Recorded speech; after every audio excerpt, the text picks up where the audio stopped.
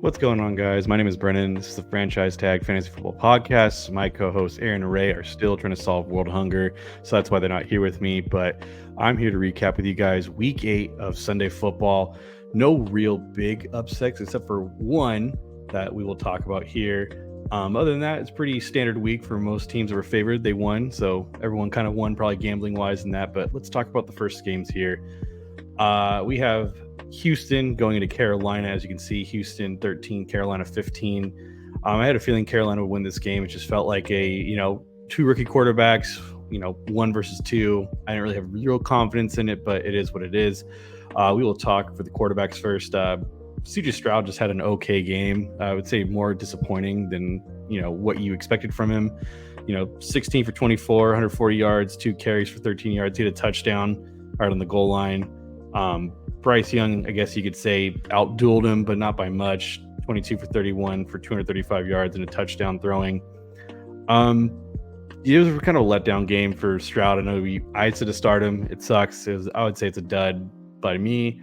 It is what it is. You move forward, you get past it, but this is where we get more of the interesting side of it for this game. Devin Singletary had 10 carries compared to Dameon Pierce's 12, but Devin Singletary obviously scored more. I mean, this is full point PPR, mind you, but I just think it's starting to lean a little bit more towards Devin Singletary being a 50-50 backfield, because Dameon Pierce, he was on the goal line, didn't get it. They punched in with the, I believe the fullback, I believe it was this guy, Beck, who got in with the touchdown. It sucks. It is what it is. The running backs this year is kind of scarce. So I know for those who drafted Dameon Pierce somewhat high in the 4th, 5th round, it's just one of those things you have to pivot elsewhere. On the other side for Carolina, Chuba Hubbard was the main back. I mean, Miles Sanders, you can see, had 2 carries for nothing. But yeah, I think Miles Sanders is a job candidate. I think you can just kind of move on from him. He's not worth stashing for redraft purposes. It is what it is. Chuba Hubbard's going to get the better of the work here. Granted, he wasn't efficient by any means, but when you see 2 carries for nothing and 15 for 28, I think they're just going to ride with Chuba for the rest of the season. I've been trying to tell you guys, I don't think Miles Sanders is a good back. I don't think Ray and Aaron also agree with me that he's a good back. So moving on to the wide receiver side, we'll start with Houston. So I'm going to see here. Noah Brown led the team with yards. Nico Collins led him with targets. It's just one of those games where, only when CJ Stroud only throws 140 yards, you're not going to see anything over here being, super inflated. So I think Nico Collins is still a great start week in and week out. I think Tank Dell is still a good start week in, week out. I think Noah Brown was just a kind of a flash start. I don't think it's worth, even waiver wire or anything like that. I think these two are still the people to own. For long-term purposes, I think Houston's definitely going to invest in a wide receiver. Either they go and get one in free agency or they get one in the high, draft capital. I think CJ Stroud definitely needs a solo target. I think he definitely needs that for the side. But again, on the Carolina side, Adam Thielen did Adam Thielen things. He's a PPR machine. Definitely just keep starting him. We'll lock him in. Don't even think about it. 8 for 72. Obviously equates 15 points. Jonathan Domingo was okay. I mean, I don't think he's worth stashing. I think I still think it's Thielen's team, so to speak, when it comes to receptions and yards. I think everything else just falls after. I think DJ Chark could lead a team or be second to Mingo, and Terrence Marshall with his one little catch. He's asking for a trade. I don't think it happens. It is what it is. Tight end side, Dalton Schultz had a really big letdown game. I know he's been hot. Tank Dell came back. Maybe that's probably why, but 2 catches out of 5 targets for 5 yards isn't going to cut it. It's one of those things where tight end wasteland's a thing, and he's back in that pit. And then Tremble here had 1 catch for a touchdown, nothing crazy. I don't think it's worth noting or rostering. And Hayden Hurst had his 2 targets, no catches. So that is what you see on that side. We'll move on to the next game here. We had the Los Angeles Rams go into Dallas, and Dallas just from the beginning of the game took control, and it was they didn't lay off the gas. It was just straight up the entire time they led. We'll start with the quarterbacks here. So you can see Pippen got into the game. So Matt Stafford injured his thumb. He was favoring his thumb in the game. They were up by so much. I don't know if it's injury for concern, or it was we're down by a lot. There's no point of letting him get more beat up. So if you started Stafford, he let you down. Dak Prescott had a career day, man. 25 for 31, 304 yards, 4 touchdowns. He had a pick, but 36 points. You're not going to complain about that. But that is something to monitor for Stafford. They didn't seem too concerned, so I'm not sure. I think he'll be fine. I'm going to see what the practice looks like. For running backs, the Rams side, Darrell Henderson again led the team in carries. Didn't get a whole lot of work. Obviously, they were down by a lot, so the receptions were the key factor here. He had 3 for 54, and then Royce Freeman had the 1 carry for the touchdown. They were down by so much it didn't matter. I don't think this is anything worth going crazy for. I think Darrell Henderson's still a lead back. Now you can see with Tony Pollard having 12 carries, 53 yards, and his 1 catch for 2. It's alarming, but again, it's not his fault. The team was up by so much that they really didn't need to use him. It was just one of those games where when you're up by so much, you don't need to use your star players like that, and you'll see who the star player actually scored a lot for them. CeeDee Lamb had himself a career day too. 12 receptions, 158 yards, 2 touchdowns, 43 points, what equates to in full point PPR. Yeah, if you face CeeDee Lamb, I'm sorry, you probably lost today. It is what it is. He just moved forward. Brandon Cooks had a touchdown catch. He was 3 for 49. Then Michael Gallup, this is a little bit concerning. The targets weren't up, but again, they were up by so much because the defense had a touchdown, the special teams had a touchdown. It was just one of those games where it happens. So on the Rams side, when you're down by so much, you try to play catch up. But Puka Nacua was nothing today. 3 for 43. Cooper Kupp was 4 for 21. This was just a letdown game. Unfortunately, you just kind of have to move past it. Jake Ferguson, you started him. Congrats. 4 for 47 for 1 touchdown. I think he is the tight end 1 for the year. I think he finishes as 1. And Tyler Higbee, he had 5 for 45. He was a little bit left open for Dallas, but I'm not starting him. I'm not going to bother with it. I think you can move forward with him. Other than the injury for the Rams, the Dallas looked great. Dallas had a really good bounce back game. So I'll talk about this next game here. It's pretty unfortunate for Vikings fantasy side. Kirk Cousins had himself a really good game going forward in this. He was 23 for 31, 274 yards, 2 touchdowns. He had 2 carries for 9 yards. Unfortunately, he ruptured his Achilles, so his season is over with. They are not sure what they're going to do with starting. I know this guy filled in, Jaren Hall, the rookie, but they did mention their backup who has been injured, has a chance. It's I'm drawing a blank on his name, but he is also mentioned. I'm drawing a blank. He was drafted by US. He's from USC, I think, but he was mentioned as a possible starter. So again, it just sucks for the Viking side of the football because I think everyone just gets downgraded. I know a lot of people were hoping, they rattle off some wins. They're 4-4 now. I'm sorry, the score is 24-10 Minnesota for Green Bay, but I think Justin Jefferson takes a knock. I think Jordan Addison takes a knock. TJ Hawkinson, all the guys just take a knock down on the pedestal, unfortunately.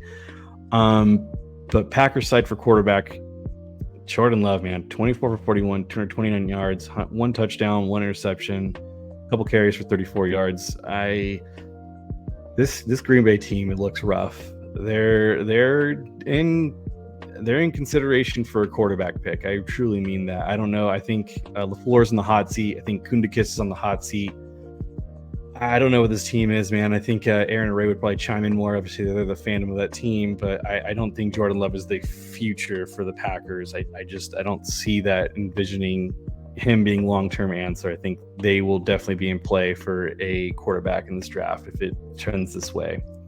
Running back side, Cam Akers had the touchdown. He had 9 carries for 19 yards, and Alexander Madison, 16 carries for 31 yards. I know Cam Akers was 9 for 19, not much better, but it's rough. Neither of these guys are startable, and you really can't drop them either, but it's just, I wouldn't bother with them. And on the running back side for Green Bay, AJ Dillon, 6 carries for 11 yards. He got most of his work with the receptions for 5 for 41, which is crazy to think because I feel like Aaron Jones would be his bread and butter. He had 7 carries for 29 yards, and then 4 for 17. Yeah, it's rough for Aaron Jones. I know you drafted him really high, and that Chicago game, which I think is just an outlier for the season. Unfortunately, I don't know what you do with them.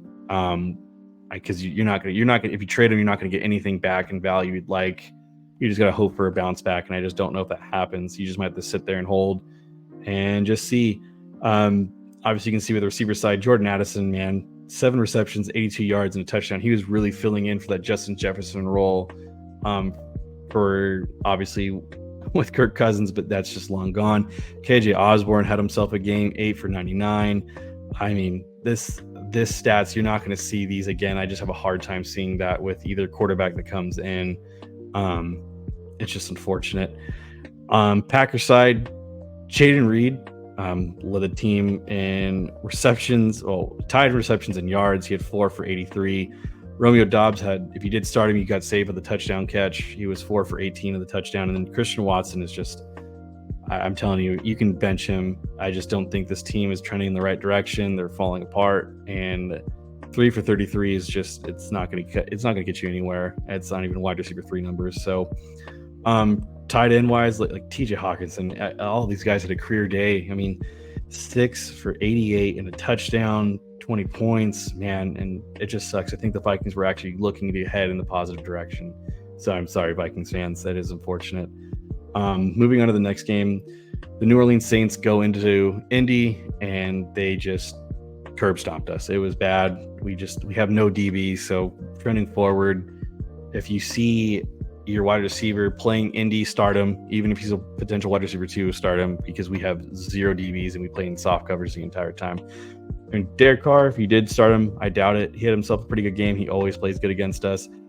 18 for 27, 310 yards, 2 touchdowns.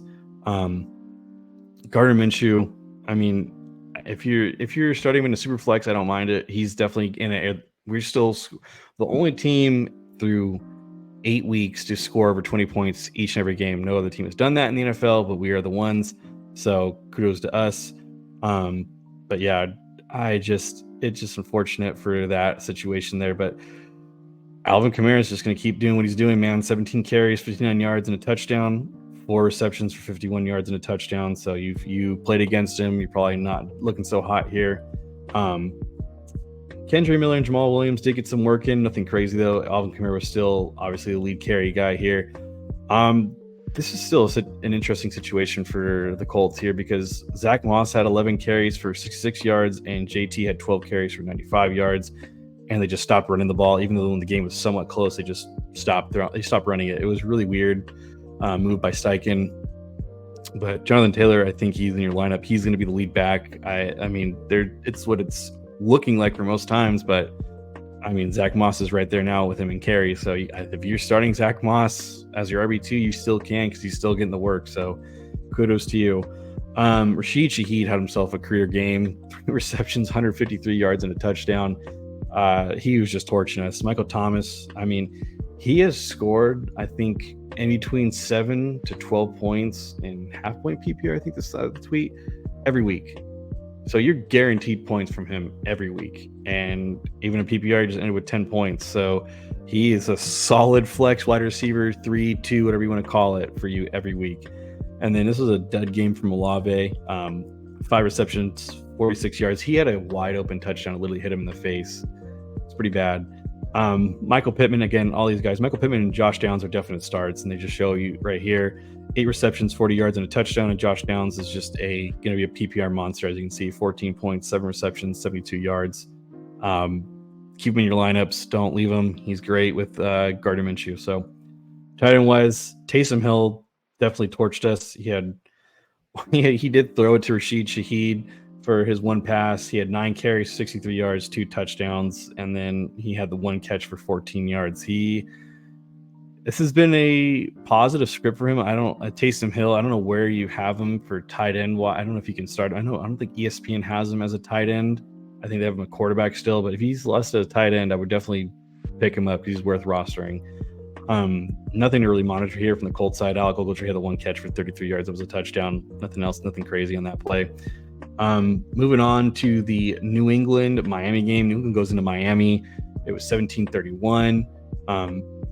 Mac Jones, he's not a part of their future plans. I have a hard time seeing him next year being a part as a starting quarterback. It's really tough to imagine that.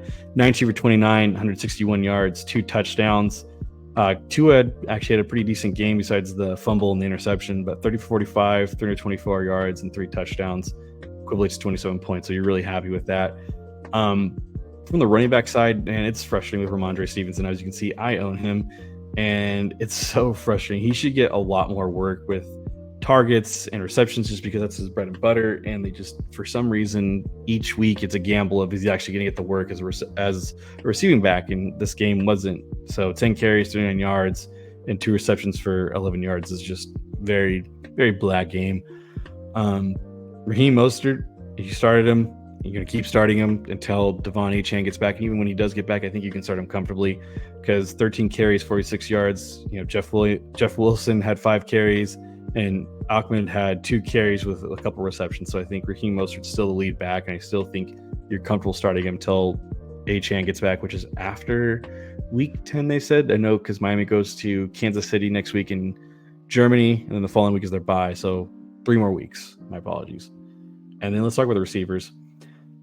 Kendrick Bourne, he's been great. He got injured in this game, though. I'm not sure what the status is. I know they're saying it's an MCL injury, so that's what they're hoping for. At least the tweet I read is pretty interesting. 3 receptions, 36 yards, and a touchdown. So if you started him, you're really excited. I mean, I know he got injured a little bit in the game, so it is what it is.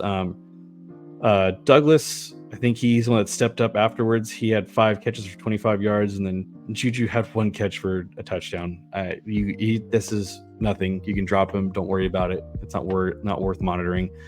I mean, Tyreek Hill, on the other hand, 8 catches, 112 yards, a touchdown, 27 points. That's a typical Tyreek day. You're really excited.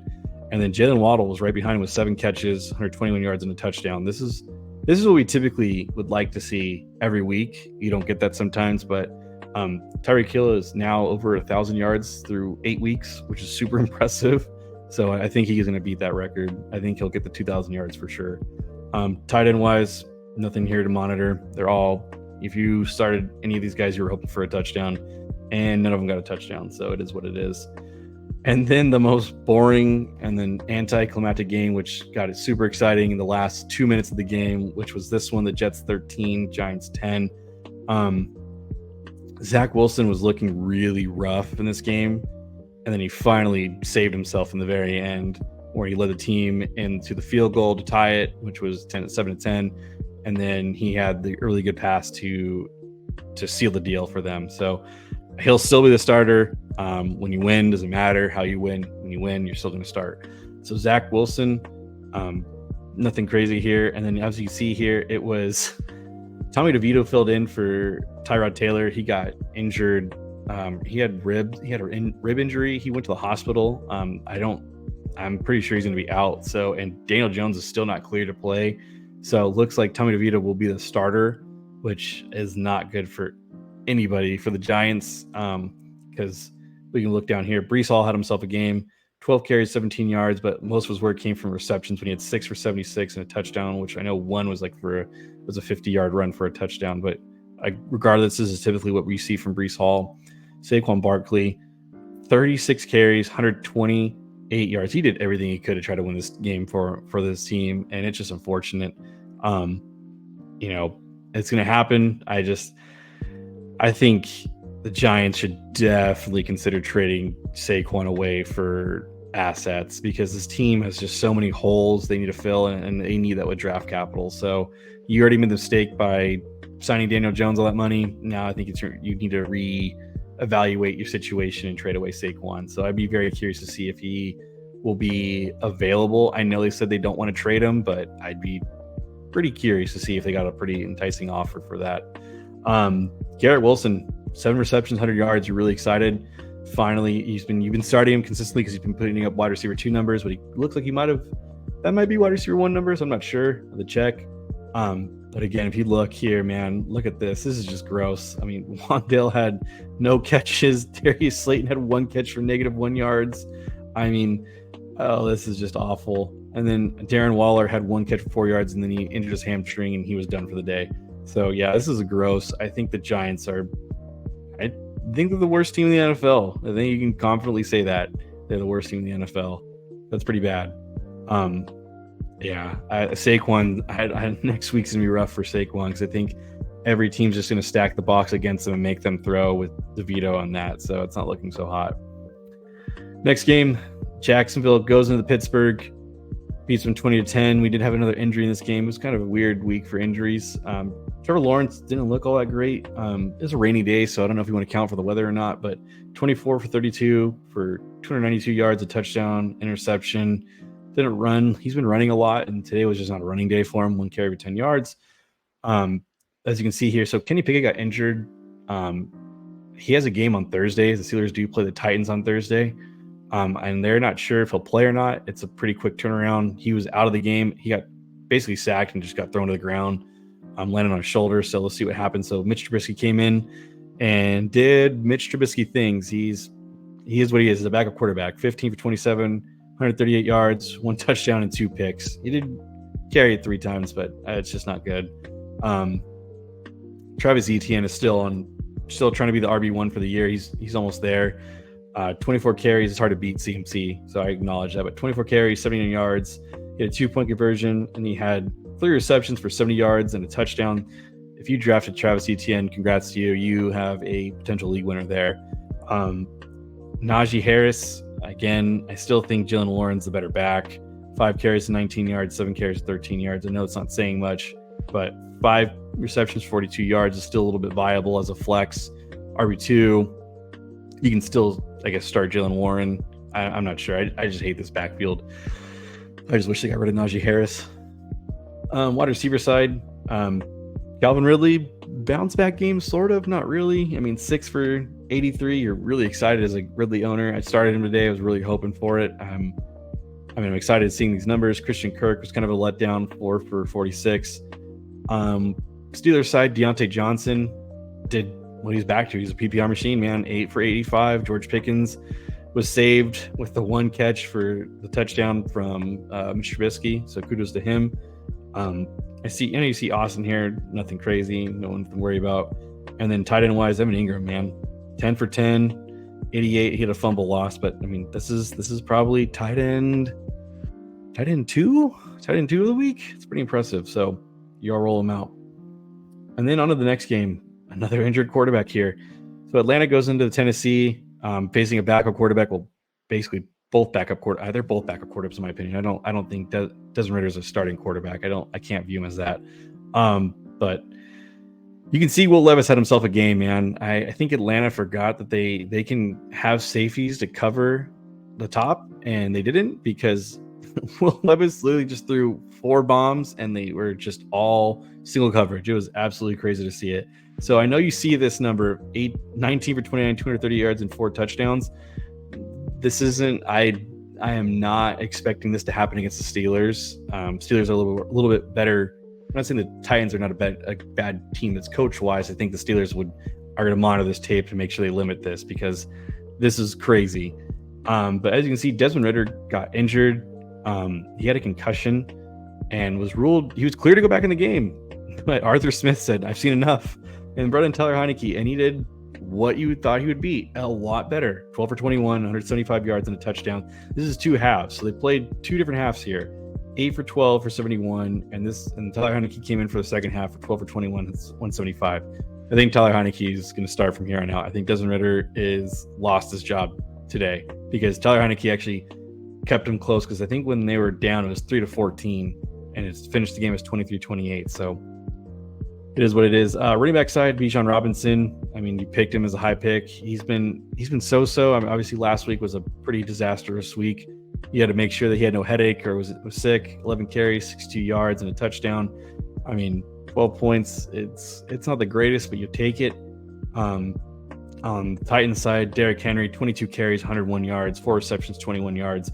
This is a typical Derrick Henry day. He just needed a touchdown and then be basically complete. But when you just airmail the ball 4 times, all of them to just wide open guys, you're not going to see a goal line carry. So on to the receivers, as you can see here, DeAndre Hopkins was the winner of the week, because Will Levis found him on single coverage every single time. 4 receptions, 120 yards, 3 touchdowns.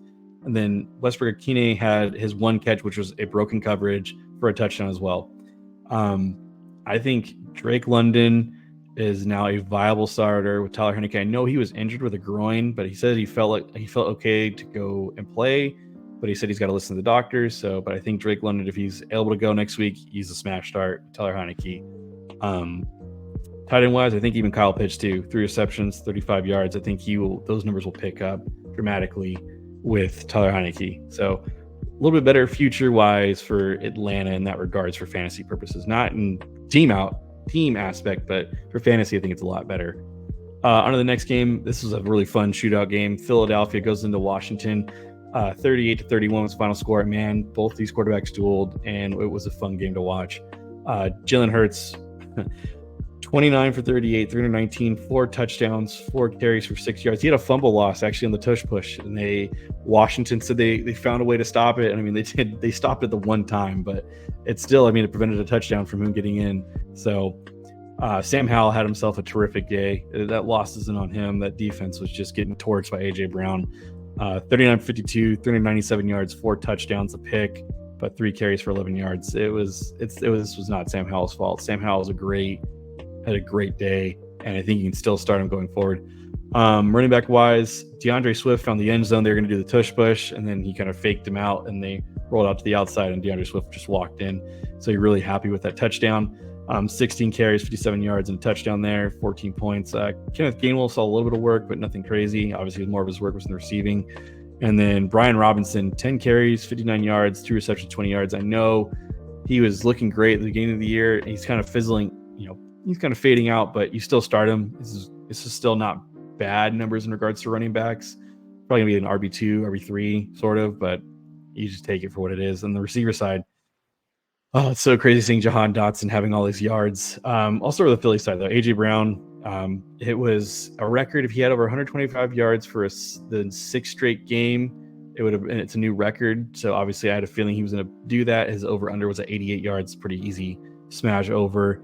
A.J. Brown, 6 for 132 touchdowns, 35 points in PPR. And Devontae Smith is back. I mean, are we sure he's back? We're not sure, but 7 catches, 99 yards, and a touchdown. You're happy with it where you take him.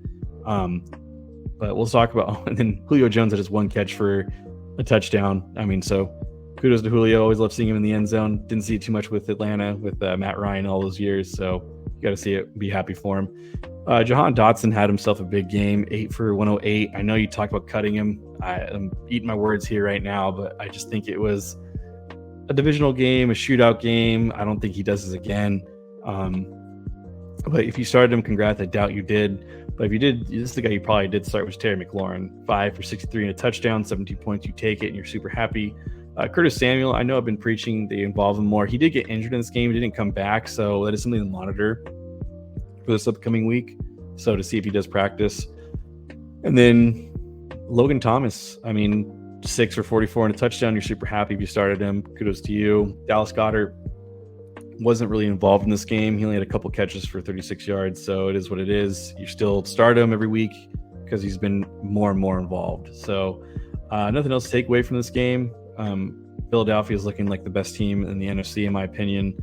So kudos to them. And then on another exciting ending game, Cleveland 20, Seattle 24. Man, Cleveland's defense is legit. Myles Garrett should be the defensive player of the year. I have no problem admitting that. PJ Walker, he is awful, man. But he almost kept him in this game. 15 for 31, 240 yards, a touchdown, 2 picks. He had a fumble lost. This is just, I thought this would be a good start for Seattle, but Geno Smith actually did not have a good game either. He was 23 for 37, 254 yards, 2 touchdowns, 2 really bad picks.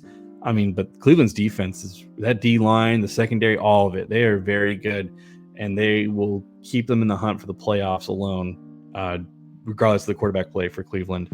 Running back side, Kenneth Walker was kind of shut down a little bit, 8 carries, 66 yards, and then they put Charbonnet in. He had a big carry for 20 yards, and at the end of the game to kind of keep them going. He had 5 carries, 53 yards. So I'm not sure we'll see this moving forward. But Kenneth Walker typically is the lead back. Nothing shows me otherwise of him losing his job. On to Cleveland side, because this is interesting, because Jerome Ford was injured. Looked like he was going to play. all of a sudden on Thursday, he was healthy. Friday, full practice, good to go. They are going to utilize these guys, all of them, as you can see. Kareem Hunt's probably the one to own. 14 carries, 55 yards, a touchdown. Pierre Strong got some work in, 10 carries, 41 yards. And then Jerome Ford had 9 for 37. So I still think Kareem Hunt's the guy that would be the one to start. And then Jerome Ford's the next one. Good. Pierre Strong is starting to get some work in. It's pretty interesting here. Receiver side, Amari Cooper, he is startable regardless of the quarterback play. He's always open. He's a really, really clean route runner, so he's always going to get open. 6 catches for 89 yards. Obviously, it's a great day for PPR. Elijah Moore, with these guys, it's pretty hard. Got to bench him. Hopefully, it even doesn't matter if Deshaun Watson comes back, because it's not going to make the situation better. It might make it worse. So I think Elijah Moore might be a drop candidate coming forward. I have to see. On the Seattle side, Tyler Lockett had himself a day, man. 8 catches, 81 yards, and a touchdown. JSN had him, he's starting to emerge a little more in this offense. He had 3 catches, 36 yards, and a touchdown. And DK, I would say it's a little bit of a letdown game for him. 5 catches, 67 yards, but 14 targets. That's where you're looking at here. He still led this team in targets, and so that's where your A-OK was still not worried about DK. And then Bobo, someone we told you to pick up last week, he had a touchdown, so we did start him in a pinch, got you 10 points. So you're not upset with that at all. Njoku was actually not too bad for PJ Walker. He was kind of checking down to him a little bit. 4 catches, 77 yards, and a touchdown. So you start Njoku, you're super excited. And then again, Noah Fant, there's Parkinson, there's Disley there, and it just doesn't matter. Seattle doesn't really use their tight ends in their offense. Moving on to the next game, Baltimore 31, Arizona 24. This score was not close at all. Baltimore was up, I want to say 31-10, something like that. And Arizona just kind of scored 2 last-second touchdowns, and Baltimore's cruising. They were playing prevent defense, so don't let that score trick you. Lamar Jackson had himself a good day for NFL, bad day for fantasy. He had 18 carries, 18 for 27, 157 yards, and a touchdown. 5 carries for 17. Didn't run a whole lot. Didn't need to, because Gus Edwards was the guy to have, man. 19 for 80, 3 touchdowns. Oh, it's just so brutal to see, because they're all on the 1-yard line, and you just snagged them all from Lamar and Mark Andrews and Zay Flowers. Yeah, it was a rough day for those guys. It's just so unfortunate. Sorry, I mean disrespect Josh Dobbs. Josh Dobbs, 25 for 37, 208 yards and a touchdown, 2 really bad picks. I will let you guys know that he is starting next week. Coach came out today, said he's starting. I think their plan is for Kyler to come back week 10. So I think that's what the game plan was from the beginning. I think they're going to stick with it, because I don't think there's any hope for them being 1-7. It doesn't really matter. I think they're just going to kind of see what they got in regards to quarterback play. Running back side, like I said, Gus Edwards, crazy day for him. Emery DeRicardo still is the guy to own. 20 carries, 78 yards, and he had the 1 catch. I'm not sure when James Conner comes back. I know he's probably close. He's probably about another week or 2 away. I probably had to guess he'll probably be back at the same time as Kyler week 10. So this is probably next week's probably last week for this guy. And then after that, you're on your own, hoping James Conner comes back. Wide receiver side, again, it wasn't much for Baltimore. Lamar didn't throw a whole lot. The team was always in positive script.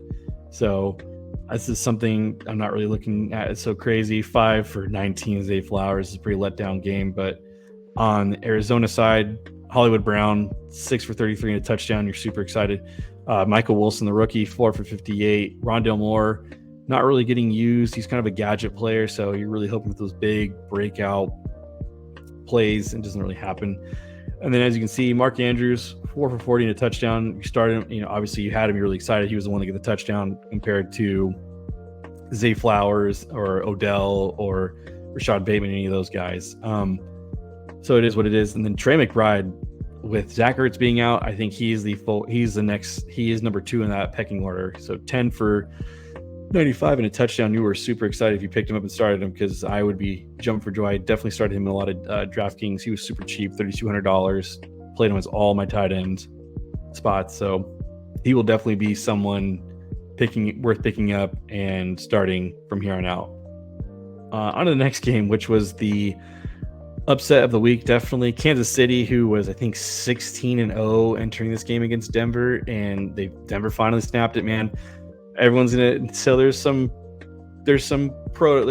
comments I would say for this game. Mahomes was sick. He had a flu. He, I guess, was getting IV fluids all the night before. Still played, doesn't matter. Still lost. Still did not look good. No one in Kansas City looked good on the offense. It was a lot of drop passes, fumbles. It was just, I think they had like 5 turnovers at the end of the day for this team. Mahomes, this is probably the biggest letdown. 24 for 38, 241 yards, 2 interceptions, 3 carries for 20 yards, and a fumble loss. So if you were hoping for a big game from Mahomes, if you needed him for the 1 o'clock or 4 o'clock, I should say, you didn't get it. Russell Wilson, on the other hand, this is typically what you see out of him. 12 for 19, 114 yards, 3 touchdowns. I mean, 23 points. That's probably a little high for him, but he's been startable. I will say that much. Again, you're not going to see any positive guys from Kansas City. Isaiah Pacheco had 8 carries, 40 yards. Jared McKinnon was nothing.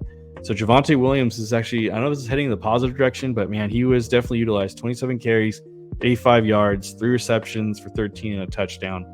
I'm hoping this is what we're going to see moving forward with Denver. They're 3-5, so they got to be moving forward and wanting to potentially try to win games instead of lose games. Now they're in a pretty decent spot to try to maybe make wild card. AFC is kind of open now with a lot of injuries and everything else like that. So receiving wise, Rashee Rice, I think, is definitely still the guy to own. He led the wide receivers and targets, obviously behind Travis Kelce.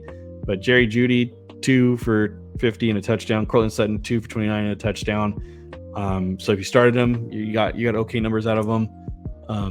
So it is what it is there. Travis Kelce, it was a bad game for him. 6 for 58, but again, no one played good for Kansas City, so you're not going to expect a whole lot out of that. On to the next game, we have, I guess you could say, another upset. I'm not sure. Cincinnati goes into San Francisco and just beats them from beginning to end, 31-17. Joe Burrow, he looks like he's back. He 28. Am I reading that correctly? 28 for 32, 283 yards, 3 touchdowns, 6 carries for 43 yards. He was super efficient. He was thrown to the open man, regardless of who it was. Typically, it was Jamar Chase, which we'll see his stats next. But on to the other guy, Brock Purdy. He's 22 for 31, 365 yards, 1 touchdown, 2 interceptions, 6 carries, 57 yards, and a fumble loss. He did not look good. He is now, they're on a 3-game losing streak. He's on the hot seat. He is 100% on the hot seat because I know in the offseason and camp they were raving about Sam Darnold actually looking good in the system. So he's definitely on the hot seat. I'd be definitely monitoring of what they do this week in regards to him, because I still think he's done enough to keep the job. But if he loses again, I'd be very curious to see what they do. I think he's got one more game to prove it. So Joe Mixon had himself a typical game. 16 carries, 87 yards. He had a touchdown, 3 receptions, 23 yards. He's what Joe Mixon's been. He's been RB1 of the year. He's been RB1 type numbers to say of the year.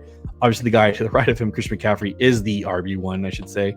12 carries, 54 yards and a touchdown, along with 6 receptions, 64 yards, and a touchdown receiving.